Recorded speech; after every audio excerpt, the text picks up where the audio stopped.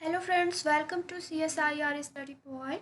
और मैं हूं आपकी एजुकेटर रक्षा मिश्रा। इस वीडियो में हम लोग प्रोटीन्स टारगेटिंग से आए कुछ प्रीवियस ईयर क्वेश्चन डिस्कस करेंगे। और मेनली जो प्रीवियस ईयर क्वेश्चन रहेंगे वो रहेंगे आपके SRP साइकिल से, जो आपने सिक्रेटरी पाथवे पढ़ा था उससे, और इसके अलावा एंडलिंग ग्लाइकोसाइलेशन। जो भी वीडियो मैंने अभी अपलोड किए हैं प्रोटीन्स टारगेटिंग से, उससे जो भी प्रीवियस ईयर क्वेश्चन आए हैं उन प्रीवियस ईयर क्वेश्चन को इस वीडियो में डिस्कस किया जाएगा। और जैसे जैसे हम लोग टॉपिक जो भी आ रहे हैं प्रोटीन्स टारगेटिंग में, उनको जैसे जैसे पढ़ते चले जाएंगे वैसे वैसे उनके क्वेश्चन भी सॉल्व करते चले जाएंगे। ठीक, तो आज मैंने सिर्फ क्वेश्चन रखे हैं SRP साइकिल के, सिक्रेटरी पाथवे के, इसके अलावा बेसिक जो आप प्रोटीन्स टारगेटिंग पढ़ रहे थे उसके, और साथ ही साथ एंडलिंग ग्लाइकोसाइलेशन के। तो चलिए स्टार्ट करते हैं। सबसे पहला क्वेश्चन है CSIR नेट दिसंबर 2019 में ये क्वेश्चन पूछा गया था। तो सॉल्व कीजिए इस क्वेश्चन को, आप लोग कोशिश करिए। और आपके पास है टाइमिंग 2 मिनट की। ओके, तो कोशिश कीजिए, करिए।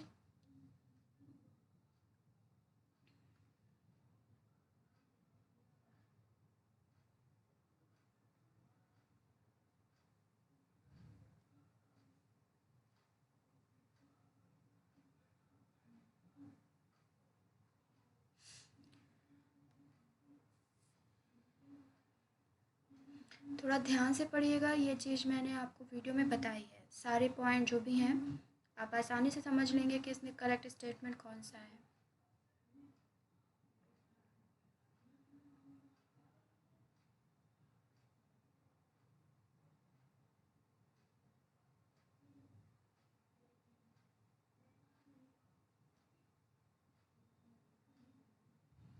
ओके, ठीक है। सभी लोगों ने कर लिया होगा, तो चलिए स्टार्ट करते हैं। इस क्वेश्चन का आंसर क्या है आखिर। देखिए, इस क्वेश्चन में SRP के बारे में बताया गया है, और ये चीज़ मैंने वीडियो में भी आपको बताई थी कि SRP जिसे सिग्नल रिकॉग्निशन पार्टिकल कहा जाता है, ये एक राइबोन्यूक्लियोप्रोटीन्स होती है। 6 इसमें पॉलीपेप्टाइड होती हैं, जिसमें से स्पेशली हम लोगों ने ये चीज़ पढ़ी थी कि अगर हम लोग पॉलीपेप्टाइड में भी देखें, 1 मिनट, हाँ, अगर हम लोग पॉलीपेप्टाइड की बात करें तो उसमें हम लोगों ने एक पॉइंट और डिस्कस किया था कि एक पॉलीपेप्टाइड जिसे P54 कहा जाता था, ये पॉलीपेप्टाइड ऐसी होती थी जो जाकर स्पेशली सिग्नल सीक्वेंस से जाकर बाइंड करती थी। ठीक, तो टोटल 6 पॉलीपेप्टाइड थी, जिसमें से एक सिंगल पॉलीपेप्टाइड जिसे P54 कहा जाता था वो सिग्नल सीक्वेंस से बाइंड करती थी, और एक RNA मॉलिक्यूल होता था। और ये RNA मॉलिक्यूल कौन सा था? 7SL RNA। ठीक, तो फर्स्ट जो पार्ट था प्रोटीन्स टारगेटिंग का, जो वीडियो है उसमें मैंने आपको इसके बारे में पूरा बताया था, और वहीं पे आपको ये चीज़ बताई थी कि जब SRP की मदद से पूरे कॉम्प्लेक्स को ट्रांसफ़र किया जाता है ER की मेम्ब्रेन में, तो उस दौरान ये SRP थोड़े समय के लिए जो अमीनो एसिड tRNA की बाइंडिंग होती है उसको ब्लॉक कर देता है, साथ ही साथ जो पेप्टाइडल ट्रांसफरेज एक्टिविटी है उसको रोक देता है, और इस वजह से जो इलॉन्गेशन का प्रोसेस है वो रुक जाता है।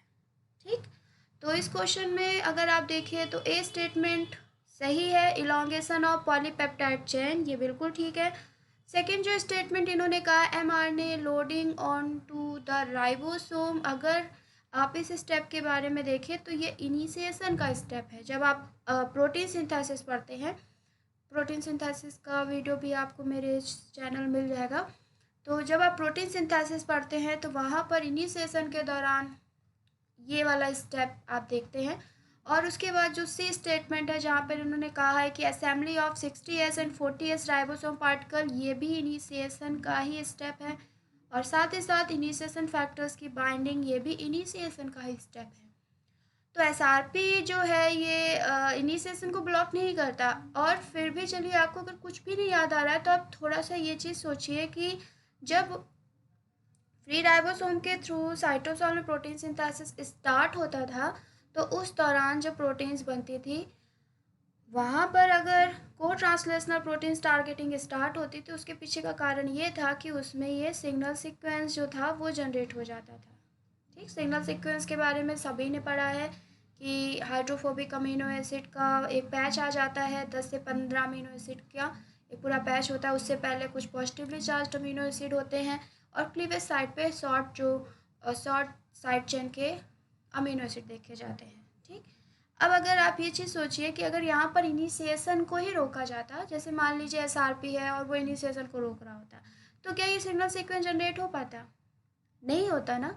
अगर यहाँ पर ये जो पूरा प्रोसेस आप प्रोटीन्स टारगेटिंग का पढ़ रहे हैं, ये किस वजह से हो रहा है? अगर यहाँ पर को ट्रांसलेशनल प्रोटीन्स टारगेटिंग हो रही है तो क्यों हो रही है? क्यों? क्योंकि सिग्नल सीक्वेंस ऐसा जनरेट हुआ था। तो सिग्नल अगर यहाँ पर ये जो सिग्नल सीक्वेंस है या सिग्नल पेप्टाइड है, ये तो तभी बनी होगी ना जब यहाँ पर कुछ अमीनो एसिड को लगाया गया होगा। और वो कब हो सकता है? इनिशिएशन में। तो इनिशिएशन तो यहाँ पर नहीं रुका है, रुका क्या है? इलॉन्गेशन। ठीक, ऐसे भी आप समझ सकते हैं। तो यहाँ पर मेनली अगर SRP ने रोका है तो इलॉन्गेशन के प्रोसेस को रोका है। ठीक, उसमें भी अगर ये क्वेश्चन अगर थोड़ा सा और डिटेल में पूछा जाएगा तो इलॉन्गेशन में भी अमीनो एसिड tRNA की बाइंडिंग और जो लार्ज सबयूनिट है उसकी पेप्टाइडल ट्रांसफरेज एक्टिविटी को स्पेशली ये ब्लॉक करता है। तो इसलिए इस क्वेश्चन का जो राइट आंसर है वो फर्स्ट होगा और आप सभी ने भी सही किया होगा। ठीक है, तो ये क्वेश्चन आया था दिसंबर 2019 में। अब हम लोग बात करते हैं अगले क्वेश्चन की। नेक्स्ट क्वेश्चन ये आया है CSIR नेट दिसंबर 2015 में और इसमें थोड़ा सा मतलब आपको ये बताना है कि कौन सा स्टेटमेंट जो है वो आपको करेक्ट लग रहा है। तो ट्राई कीजिए इसको।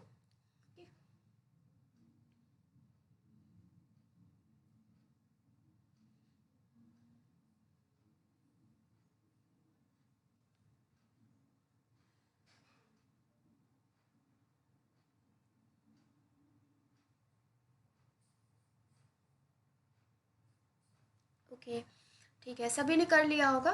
तो चलिए स्टार्ट करते हैं। देखिए इसमें यहाँ पर ये पूछा गया है कि आपको ये बताना है which one of the following statement correctly applies to proteins which are translated on RER। मतलब RER में अगर कोई प्रोटीन्स बन रही है तो उसके लिए कौन सा स्टेटमेंट सही हो सकता है ये चीज़। ठीक, तो सबसे पहला स्टेटमेंट इन्होंने कहा है cytosolic proteins which are targeted to the nucleus in response to hormone stimuli. तो सबसे पहले गलती यहाँ पर क्या है? इन्होंने कहा है साइटोप्लाज्मिक प्रोटीन्स। ठीक, जबकि जो फर्स्ट वीडियो था वहाँ पर हम लोगों ने देखा था कि जो सिक्रेटरी प्रोटीन्स होती हैं, जो सिक्रेटरी पाथवे के थ्रू जो प्रोटीन्स बनती है उन्हें सिक्रेटरी प्रोटीन्स कहा जाता है, जो कि ER में बन रही है। और साइटोप्लाज्मिक प्रोटीन्स या साइटोसॉलिक प्रोटीन्स उन प्रोटीन्स को कहा जाता है जो फ्री राइबोसोम की मदद से साइटोसॉल में ही बनती हैं। तो ये जो साइटोप्लाज्मिक प्रोटीन्स है इनका सिंथेसिस ER में नहीं होता है, ये तो साइटोसॉल में ही बनती हैं और फ्री राइबोसोम की मदद से ही इनका सिंथेसिस किया जाता है। ठीक, तो ये फर्स्ट स्टेटमेंट तो गलत हो गया। सेकेंड इन्होंने कहा है proteins targeted to lysosome plasma membrane cell exterior. ये स्टेटमेंट बिल्कुल सही है क्योंकि बात की जा रही है RER की। तो जब हम लोगों ने RER मतलब जो स्पेशली सिक्रेटरी पाथवे या जो को ट्रांसलेशनल प्रोटीन्स टारगेटिंग पढ़ी थी तो उसमें क्या था कि उसमें एक तो ER की प्रोटीन्स बनती थी, RER की, लाइसोसोम की प्रोटीन्स, प्लाज्मा मेम्ब्रेन की proteins, secretory proteins, cell exterior का मतलब होता है सिक्रेटरी प्रोटीन्स, इसके साथ ही साथ न्यूक्लियर इन्वलप की प्रोटीन्स। ये सारी प्रोटीन्स कहाँ पे बन रही थी? RER में। तो इस क्वेश्चन के अकॉर्डिंग इस क्वेश्चन का राइट आंसर सेकेंड होना चाहिए। थर्ड में भी चलिए देख लेते हैं इन्होंने क्या कहा है। थर्ड में इन्होंने कहा proteins which are targeted to the nucleus. तो स्टार्टिंग में ही गलत हो गया, न्यूक्लियस बोला है, जबकि साइटोसॉलिक प्रोटीन्स जो साइटोसॉल में जो प्रोटीन सिंथेसाइज हो रही थी किसकी सिंथेसाइज हो रही थी? साइटोसॉल की प्रोटीन्स थी, न्यूक्लियस की थी, पेरोक्सिसोम की थी, इसके अलावा क्लोरोप्लास्ट और माइटोकॉन्ड्रिया की प्रोटीन जो थी जो साइटोसॉल में बन रही थी। यहाँ पर आ गया है न्यूक्लियस और न्यूक्लियस की प्रोटीन साइटोसॉलिक प्रोटीन्स है जो साइटोसॉल में फ्री राइबोसोम से बनती है, ना कि RER से बनेगी। ठीक, RER में जो बाउंड राइबोसोम है उनसे नहीं बनेगी, तो ये गलत हो गया। और proteins which are targeted to peroxisome, तो ये भी गलत हो गया। इस क्वेश्चन का राइट आंसर क्या होगा? सेकेंड। ओके, चलते हैं अगले क्वेश्चन की तरफ। नेक्स्ट क्वेश्चन ये आया है आईएससी बैंगलोर में और इसमें सिंपल सा क्वेश्चन पूछा गया है। खैर ये जो क्वेश्चन इसमें पूछा गया है, ये क्वेश्चन बहुत से एग्जाम में पूछा गया है, जैसे डीबीटी है, गेट है, कई जगह ये चीज़ पूछी गई है कि एन लिंक जो ग्लाइकोसाइलेशन के समय जो अमीनो एसिड का जो सीक्वेंस होता है पेप्टाइड में, वो कौन सा होना चाहिए। ठीक है, N link glycosylation can occur in a proteins containing the amino acid sequence. Okay, आप सभी ने सोच लिया होगा कि इसका राइट आंसर क्या होगा। ठीक है, चलिए स्टार्ट करते हैं। इन्होंने पूछा है कि एन लिंक ग्लाइकोसाइलेशन जो है उसके लिए मेनली प्रोटीन्स में कौन सा अमीनो एसिड का सीक्वेंस होना चाहिए। तो हम लोगों ने जब एन लिंक ग्लाइकोसाइलेशन पढ़ा था पार्ट 2 जो सेकेंड वीडियो था प्रोटीन्स टारगेटिंग का, उसमें तो वहाँ पर सीक्वेंस ये होता है कि यहाँ पर होना चाहिए एस्पेराजिन, एक्स, थ्रियोनिन, या अगर थ्रियोनिन नहीं है तो सेराइन होना चाहिए। ठीक है, ये सीक्वेंस होना चाहिए। इस एक्स की जगह एनी अमीनो एसिड, मतलब कोई भी अमीनो एसिड हो सकता है, केवल किसको छोड़कर? प्रोलिन, प्रोलिन को छोड़कर। अब आप देखिए कि आपको इस तरीके का सीक्वेंस किस में देखने को मिल रहा है। यहाँ पर है एस्पेराजिन, ठीक, थ्रियोनिन, एक्स की जगह थ्रियोनिन आ सकता है, हाँ आ सकता है, तो यहाँ पर कह दिया गया है। फिर उसके बाद थ्रियोनिन है, तो ठीक है, मतलब कि ये राइट आंसर होगा। बी में अगर आप देखें तो यहाँ पे एस्पेराजिन है, ये एक्स है, ठीक है, लेकिन उसके बाद फिर एस्पेराजिन दे दिया गया है, जबकि यहाँ पर या तो थ्रियोनिन होना चाहिए था या फिर सेराइन होना चाहिए था, इस वजह से ये गलत है। यहाँ पर ग्लूटामेट से स्टार्टिंग कर दी गई है, फिर एस्पेराजिन, एक्स, ग्लाइसिन है, ना कि थ्रियोनिन और सेराइन, तो ये गलत है। और स्टार्ट ये तो लास्ट वाला तो गलत ही है, तो इस क्वेश्चन का राइट आंसर क्या होगा? फर्स्ट। अगला question, which of the following is not a property of mammalian cell recognition particle. जो आप एसआरपी पढ़ते थे, जो भी आपने पढ़ा है, आप इनमें से देखिए कौन सी ऐसी प्रॉपर्टी है जो आपको उसमें देखने को नहीं मिलती है। ओके, चलिए करिए कोशिश।